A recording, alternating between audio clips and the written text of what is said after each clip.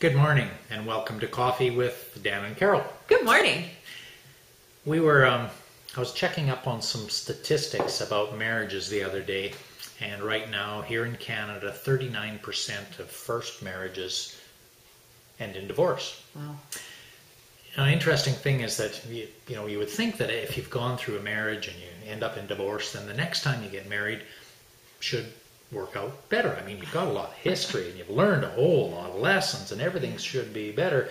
Unfortunately, that's not exactly the way it works, because second marriages, 75% of them fail.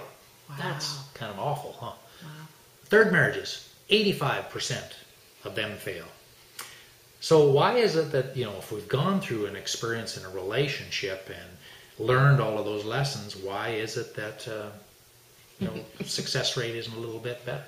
I read somewhere, and I actually think there's even a book, I can't think of the author's name, but wherever I go, there I am, or something to that effect. So ultimately we take ourselves with us, right? Doggone. So in whatever happens in life, if I've had past experiences that haven't worked out, unless I really process and think about that and learn the lessons and choose again in maybe a new way, then those same things have a tendency to happen. I remember talking to a guy, it was quite some time ago, and he'd been through 3 different marriages, and he said, finally he looked in the mirror one day and said, "What's the common link here?" Me. As you said, we take ourselves wherever we go.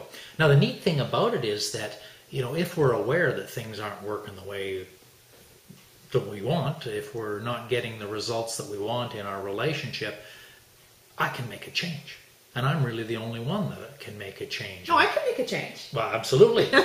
we both can. Yeah. And, we can work together in our relationship, and we've done a lot of that, and yet ultimately it comes down to I can do something myself and make that change. And if I'm willing and if I'm wanting to make a change to get some different results in our relationship, I can make some simple changes and make that happen, even if you're not even interested. Absolutely, because all it takes is one of us. Yeah. Which reminds me of the quote that we just looked at from Helen Keller.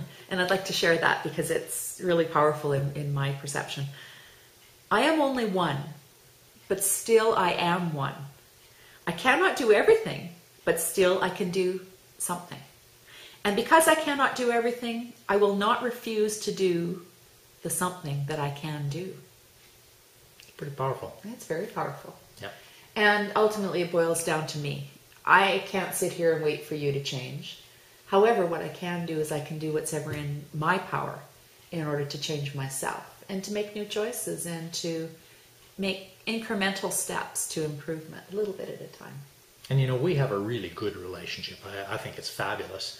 And yet, I also know that I can do something today to make our relationship a little bit better.